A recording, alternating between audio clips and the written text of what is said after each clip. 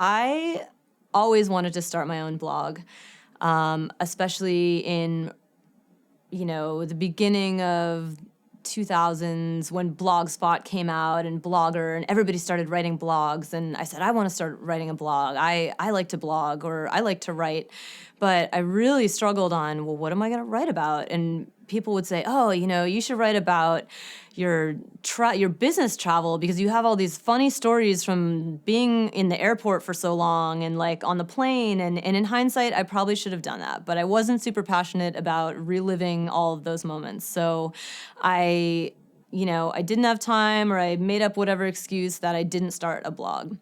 And it wasn't until I moved to Uganda that I had a lot more time on my hands because I was alone and it's a different culture. And so I wasn't like going out all the time. And I had a lot more time to spend with myself. And so I started a blog as a way for my friends and family back home to stay on top of what I was doing and to know that I was okay and to like catch up on my adventures.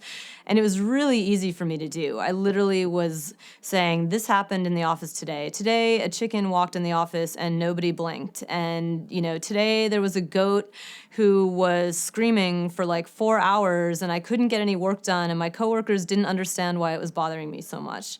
Or I would tell the story on the blog about the long weekend I took and the 9-hour bus ride that ensued with a baby on my lap and, the goats that came on board and just things that became very normal to me. But my friends and family back home were commenting on the blog. Oh my gosh, this is so hilarious. Please more. If I didn't write for a couple of days, people started commenting like, when are you going to give us another blog post? We want to hear it. And to me, it really it was my way of just keeping in touch with them.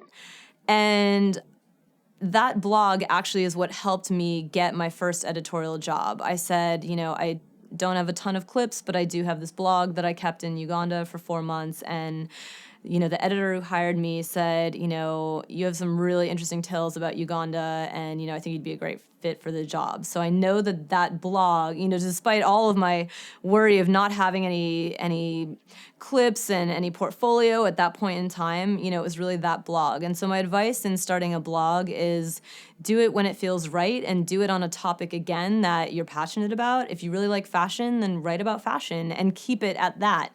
If I would even just start with, did you take a trip? Did you have an experience? Just start with that.